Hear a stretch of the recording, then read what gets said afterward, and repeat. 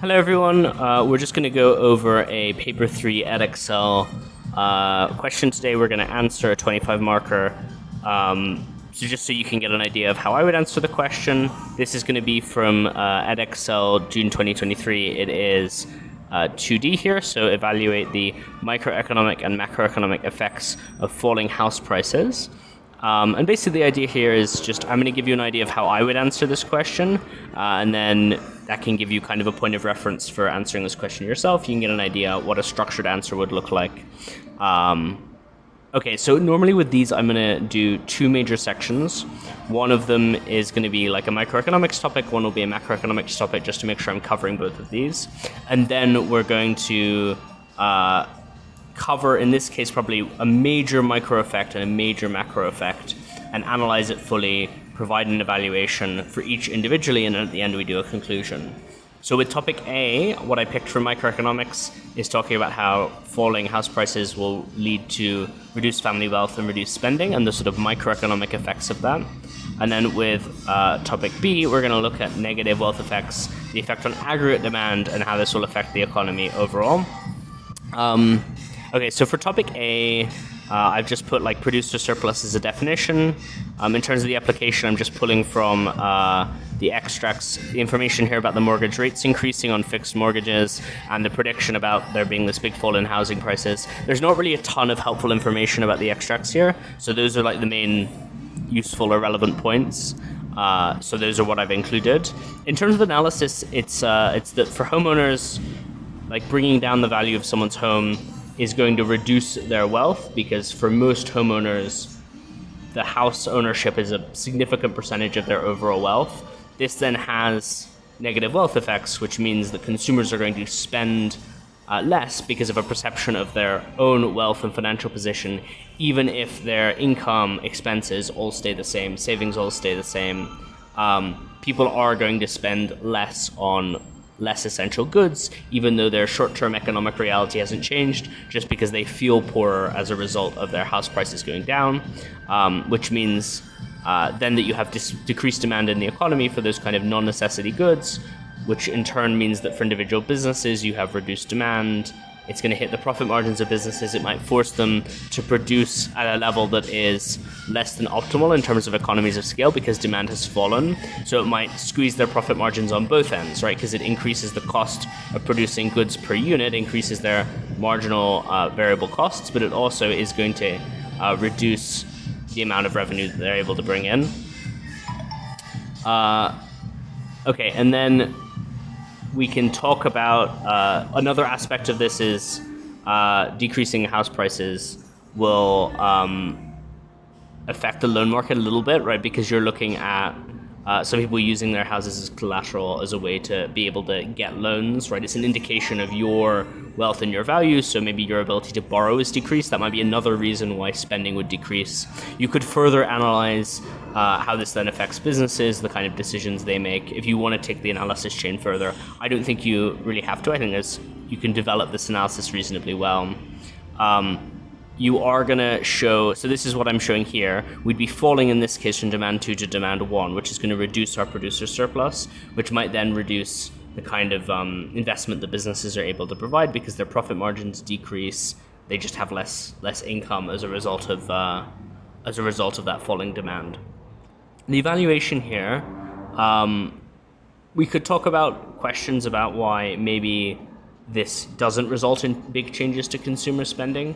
So technically it's not directly tied to the amount of like actual income people have, so potentially it's not going to have a gigantic effect on people's spending. We could also talk about potentially some of the benefits of reduced house prices. So obviously it's bad for homeowners for house prices to fall, but it does make it easier for people to access the housing market if you're a first-time buyer.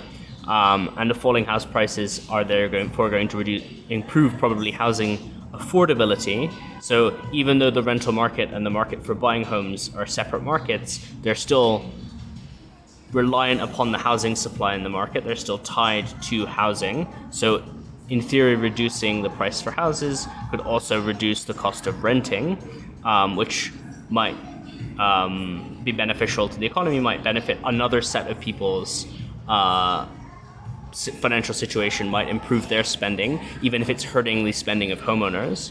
And it also, in the long run, might make home ownership more accessible because you're lowering the cost of buying a home. And again, that really relies on the idea that house prices are going to stay low, which, honestly, based on the graphic, it doesn't look like it's a gigantic downward tick, right? It's a predicted fall. So it's a bit unclear if this is going to really, in a long run, allow more access to housing. But that would potentially be an evaluation point that you could make here for potentially a case for why falling housing prices might be positive on people's personal financial situation, reasons why maybe this doesn't change consumer spending as much as we might think it would.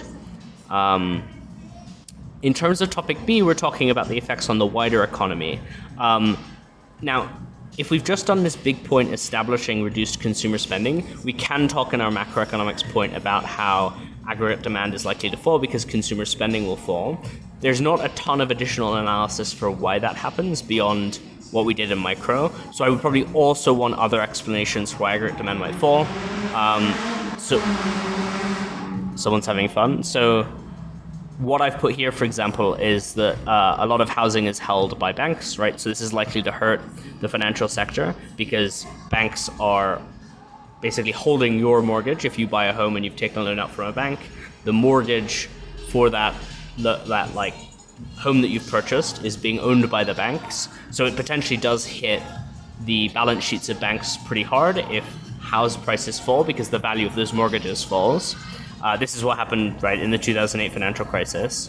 So you could argue that this will affect lending from banks and therefore investment in the economy. They're less likely to give out business loans, for example, if they're having issues with their balance sheets because of the fall in the value of the mortgages. You could also argue, maybe there's a risk for solvency here if it's a big crash in house prices. I think that's a bit more far-fetched, but they're probably going to be a bit more conservative with lending, which hits investment, which is a component of aggregate demand. So you've got kind of different reasons why aggregate demand might fall. Also, more specifically, I also said there'd be less investment in housing and development because, again, if you're having falling house prices, people are going to be less willing to develop new houses because they perceive the return on investment as worse. If interest rates are higher as well, which was part of the explanation for why there was this fall off, you're also likely to get less investment in housing and development, which again is going to affect aggregate demand.